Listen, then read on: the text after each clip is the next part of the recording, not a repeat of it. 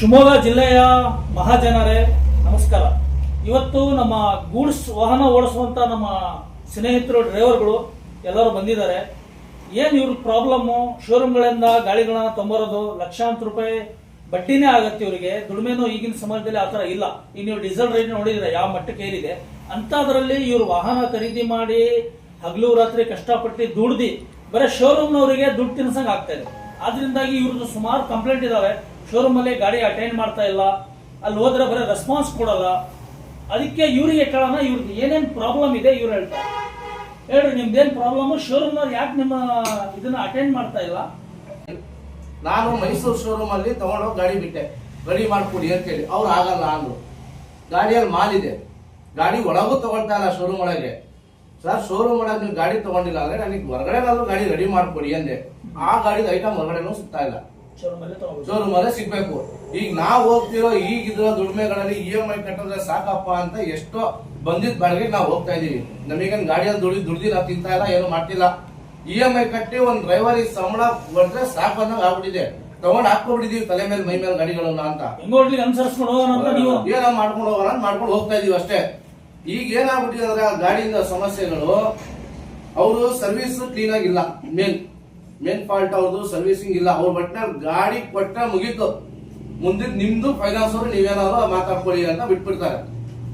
ಒಂದು ಮತ್ತೆ ಗಾಡಿ ನಮ್ಗೆ ಏನಾದ್ರು ಪ್ರಾಬ್ಲಮ್ ಆಯ್ತು, ನಾವು ತಗೊಂಡ ಗಾಡಿ ಶೋರೂಮ್ ಒಳಗೆ ಬಿಟ್ವಿ. ನಮ್ ಗಾಡಿ ಅವ್ನು ಏನ್ ಕೆಲಸ ಮಾಡಿದಾನೆ ಏನಿಲ್ಲ ಅಂತ ನಮಗೆ ನೋಡಕ್ ಒಳಗೂ ಬಿಟ್ಕೊಳಲ್ಲ.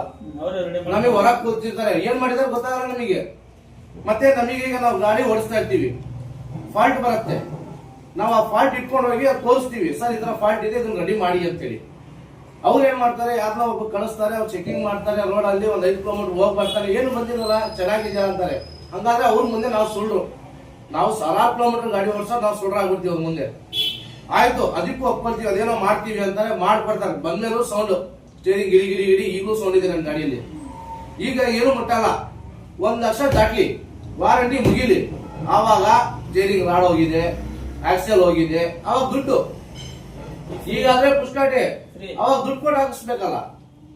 ಈಗ ಇವ್ರ ಗಾಡಿದು ಹಂಗೆ ಆಗ್ತಿರೋದು ಸಮಸ್ಯೆ, ಸೇಮ್ ಸಮಸ್ಯೆ ಆಗ್ತಿರೋದು. ನಿಮ್ದು ಅದೇ ಪ್ರಾಬ್ಲಮ್. ನಮಗ್ ಹೇಳಿದ್ದವರು 16 ಮೈಲೇಜ್, 10 ಮೇಲೆ ಕೊಟ್ಬಿಟ್ರೆ ಅವ್ರು ಹೇಳ್ದಂಗ ನಾವು ಕೇಳ್ತೀವಿ. ಮೈಲೇಜ್ 7-8 ಮೈಲೇಜ್ ಬರ್ತಾ ಇದೆ. 10 ಮೇಲೆ ಬಂದ್ಬಿಟ್ರೆ ಅವ್ರು ಹೇಳ್ದಂಗ ನಾವು ಕೇಳ್ತೀವಿ. ಶೋರೂಮ್ ಇಂದ ಕ್ಲೈಮ್ ಮೈಲೇಜ್ ಕೊಟ್ಟಿರೋದು 18.4 ಅಷ್ಟು ಬರ್ತಲ್ಲ. ನಮಗೆ 14 ಸಿಕ್ಕಿದ್ರೆ ಸಾಕು, ನಾವು ಮೇಂಟೈನ್ ಮಾಡ್ಕೊಳ್ತೀವಿ ಗಾಡಿಗಳಲ್ಲಿ. ಯಾವ ಕಂಪನಿ ಗಾಡಿ? ಯಾವ ಕಂಪನಿ ಇದು? ಮಹೀಂದ್ರ ವೀರೋ ಕಂಪನಿ ಗೂಡ್ಸ್ ವೆಹಿಕಲ್ ಗೆ ಈ ನಮ್ಮ ಡ್ರೈವರ್ಗಳು, ಓನರ್ಗಳು ಎಲ್ಲರೂ ಸುಸ್ತಾಗ್ಬಿಟ್ಟಿದ್ದಾರೆ. ಯಾಕೆಂದ್ರೆ ಒಂದು ಮೈಲೇಜ್ ಇಲ್ಲ, ಎರಡನೇದು ಮೇಂಟೆನೆನ್ಸ್ ಶೋರೂಮ್ಗಳಲ್ಲಿ ಸರಿಯಾಗಿ ಮಾಡ್ತಾ ಇಲ್ಲ, ರೆಸ್ಪಾನ್ಸ್ ಕೊಡ್ತಾ ಇಲ್ಲ. ಗಾಡಿ ಓನರ್ಗಳು ಹೋದ್ರೆ ರೆಸ್ಪಾನ್ಸ್ ಕೊಡ್ತಾ ಇಲ್ಲ. ಶೋರೂಮ್ ಒಳಗೆ ಬಿಡ್ಕೊಳೋದು, ಒಂದ್ ಸಣ್ಣ ಕೆಲ್ಸಕ್ಕೂ ವಾರಗಟ್ಟಲೆ ಗಾಡಿ ನಿಲ್ಲಿಸ್ಕೊತಾರೆ.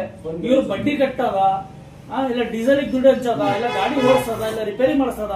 ಈ ಡ್ರೈವರ್ಗಳಿಗೆ ಗೂಡ್ಸ್ ವಾಹನ ಓಡಿಸೋಂತ ಡ್ರೈವರ್ಗಳಿಗೆ ಬಹಳ ಪ್ರಾಬ್ಲಮ್ ಇದೆ. ಎಷ್ಟು ಶಿವಮೊಗ್ಗದಲ್ಲಿ ಇದೆಯಾ ಶೋರೂಮ್? ಶಿವಮೊಗ್ಗದಲ್ಲಿ ಇದೆ. ಇಲ್ಲಿ ರೆಸ್ಪಾನ್ಸ್ ಕೊಡ್ತಾ ಇಲ್ವಾ ನಿಮಗೆ?